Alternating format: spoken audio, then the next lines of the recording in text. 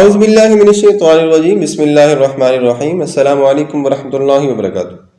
حضرت بریرہ رضی اللہ تعالیٰ عنہ کون تھی؟ آج کی ویڈیو میں ہم انہی کے بارے میں بات کریں گے۔ ایک جلی خاتون جنہوں نے کلمہ حق کہنے میں کسی مصلحت کا لحاظ نہ کیا۔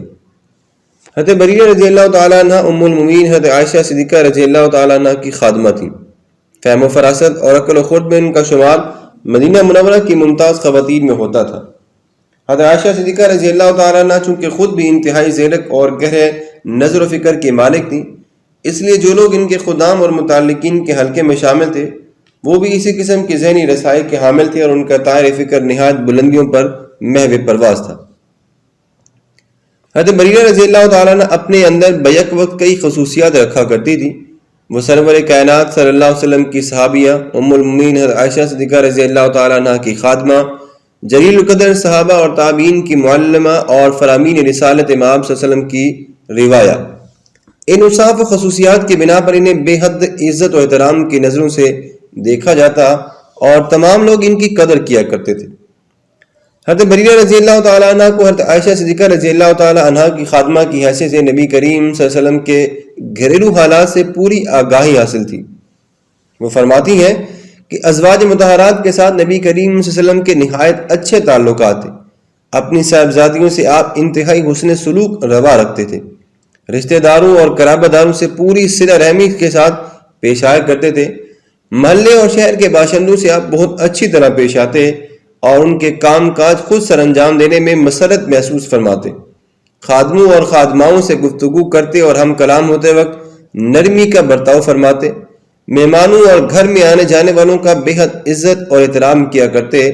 غرض کے نبی کریم صلی اللہ علیہ وسلم اور آپ کے گھر سے حضرت بریرہ رضی اللہ تعالیٰ عنہ پوری طرح باخبر تھی اور جن لوگوں سے جو نبی کریم صلی اللہ علیہ وسلم حسن سلوک فرماتے اس کا مکمل علم رکھا کرتی تھی۔ حضرت بریرہ رضی اللہ تعالیٰ عنہ راویہ حدیث بھی ہیں اور نبی کریم صلی اللہ علیہ وسلم کی بعض احادیث ان سے مروی بھی ہیں۔ اس حیثیت سے انہیں یہ بھی معلوم ہے کہ حضور نبی کریم صلی اللہ علیہ وسلم اپنے صحابہ اور اصحاب صفہ کی بڑی تکریم بھی فرماتے تھے۔ حضرت عائشہ صدیقہ رضی اللہ تعالیٰ عنہ جن خصوصیات کی مالک تھیں اور جو اوصاف ان کی ذات گرامی میں پائے جاتے تھے ان کی تفصیلات ان کے سامنے بالکل واضح تھیں۔ وہ فرماتی ہیں کہ دیگر ازواج مطہرات سے حضرت عائشہ صدیقہ رضی اللہ تعالیٰ عنہ کے تعلقات اور مراسم بہنوں کیسے تھے، وہ سب کے ساتھ حسن سلوک کا مظاہرہ کرتی تھی۔ حضرت بریرہ رضی اللہ تعالیٰ عنہ متعدد غزوات میں شریک ہوئیں۔ جس غزوے میں حضرت عائشہ صدیقہ رضی اللہ تعالیٰ عنہ نے شرکت فرمائی انہوں نے بھی اس میں شامل ہونے کی سعادت حاصل کی کہ مجاہدین کو پانی پلانے، ان کے لیے کھانا تیار کرنے، ان کو ہتھیار فراہم کرنے اور زخمیوں کی مرہم پٹی کرنے کی خدمات بھی سر انجام دیتی تھی۔ تمام لوگوں میں ان کو عزت و احترام کی نظر سے دیکھا جاتا۔ خلفائے راشدین بھی ان کی تکریم کیا کرتے تھے۔ خلیفہ اول حضرت ابوبکر صدیق رضی اللہ تعالیٰ عنہ ان کے گھر تشریف لے جاتے اور ان کی ضروریات کے بارے میں دریافت کرتے۔ حضرت عمر فاروق رضی اللہ تعالیٰ عنہ کا بھی یہی حال تھا، وہ بھی آپ کے مکان پر جاتے۔ دیگر خلفاء کا بھی یہی حال تھا۔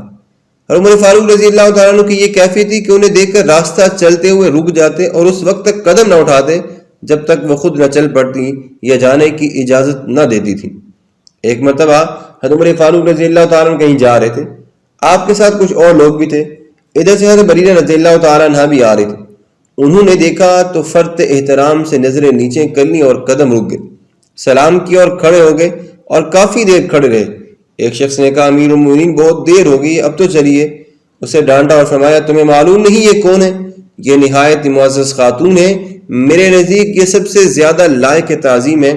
جب تک یہ کھڑی رہیں گی یا مجھے اجازت نہیں دیں گی میرے قدم حرکت میں نہیں آئیں گے، میں کھڑا رہوں گا اور ان کی باتیں سنتا رہوں گا۔ اصحاب سین نے ان کے اقوال و ارشاد بھی نقل کیے ہیں جو بڑی اہمیت کے حامل ہیں۔